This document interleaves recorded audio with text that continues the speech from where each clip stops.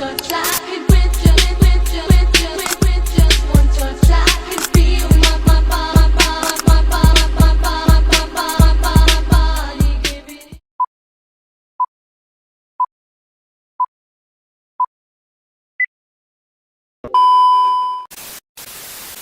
Assalamualaikum warahmatullahi wabarakatuh. Perkenalkan, nama saya Senawati. Saya dari jurusan Hukum Ekonomi Syariah. Video ini saya buat untuk memenuhi tugas mata kuliah saya, yaitu Hukum Perjanjian atau Hukum Perikatan. Nah, di sini saya akan membahas tentang bentuk-bentuk perikatan Islam yang menjadi dasar dalam kegiatan usaha. Nah, apa saja sih bentuk-bentuk perikatan Islam dalam kegiatan usaha? Nah, bentuk-bentuk perikatan Islam dalam kegiatan usaha itu terbagi menjadi 6. Yang pertama adalah akad mudharabah atau kerjasama bagi hasil.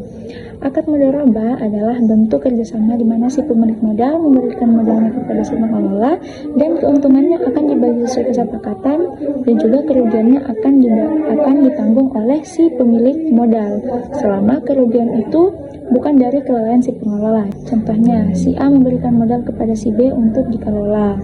Nah, keuntungannya akan dibagi sesuai kesepakatan. Misalnya, si pemilik modal 60% dan si pengelola sebanyak 40%. Namun, kerugiannya tetap akan ditanggung oleh si pemilik modal selagi kerugian itu bukan dari kelalaian si pengelola. Seperti itu. Nah, yang kedua adalah akad musyarakah atau kerjasama kemitraan.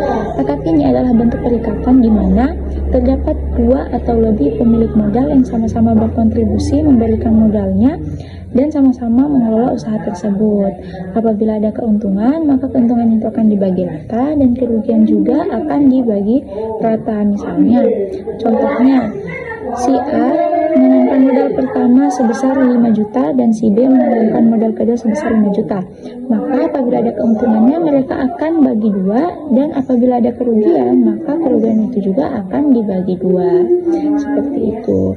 Dan yang ketiga adalah akad murabah atau jual beli dengan margin keuntungan. Akad murabah adalah bentuk perikatan di mana si penjual menyebutkan harga barang pokok dan menambahkannya dengan margin keuntungan sesuai yang telah disepakati dengan pembeli.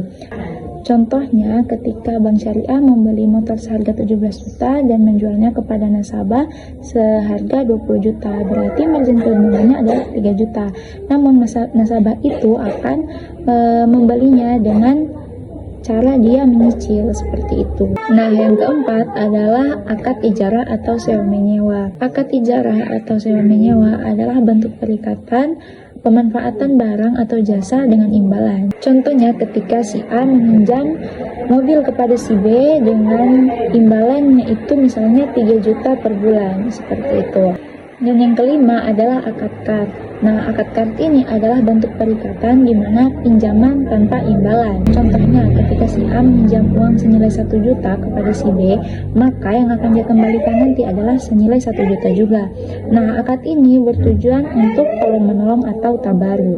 Dan yang keenam atau yang terakhir yaitu adalah akad salam dan istisna atau pembiayaan produksi. Akad salam dan istisna ini adalah bentuk perikatan yang dimana kegiatan tersebut berkaitan dengan pemesanan barang. Akad salam digunakan untuk pembelian barang dengan pembayaran di awal dan penyerahan barang kemudian. Sedangkan akad istisna adalah akad yang dimana pembayaran barangnya dilakukan secara bertahap. Contoh akad salamnya itu ketika petani menerima pembayaran seharga 5 juta di awal untuk hasil panen yang akan diserahkan 4 bulan kemudian. Dan contoh akad istisna yaitu ketika seseorang memesan lemari kepada tukang dengan desain khusus dan akan dibayar secara bertahap sampai lemari tersebut selesai. Seperti itu. Itulah penjelasan dari saya. Mohon maaf apabila banyak kesalahan dari penjelasan saya. Terima kasih kepada yang sudah menonton. Saya ucapkan Assalamualaikum warahmatullahi wabarakatuh. Dadah.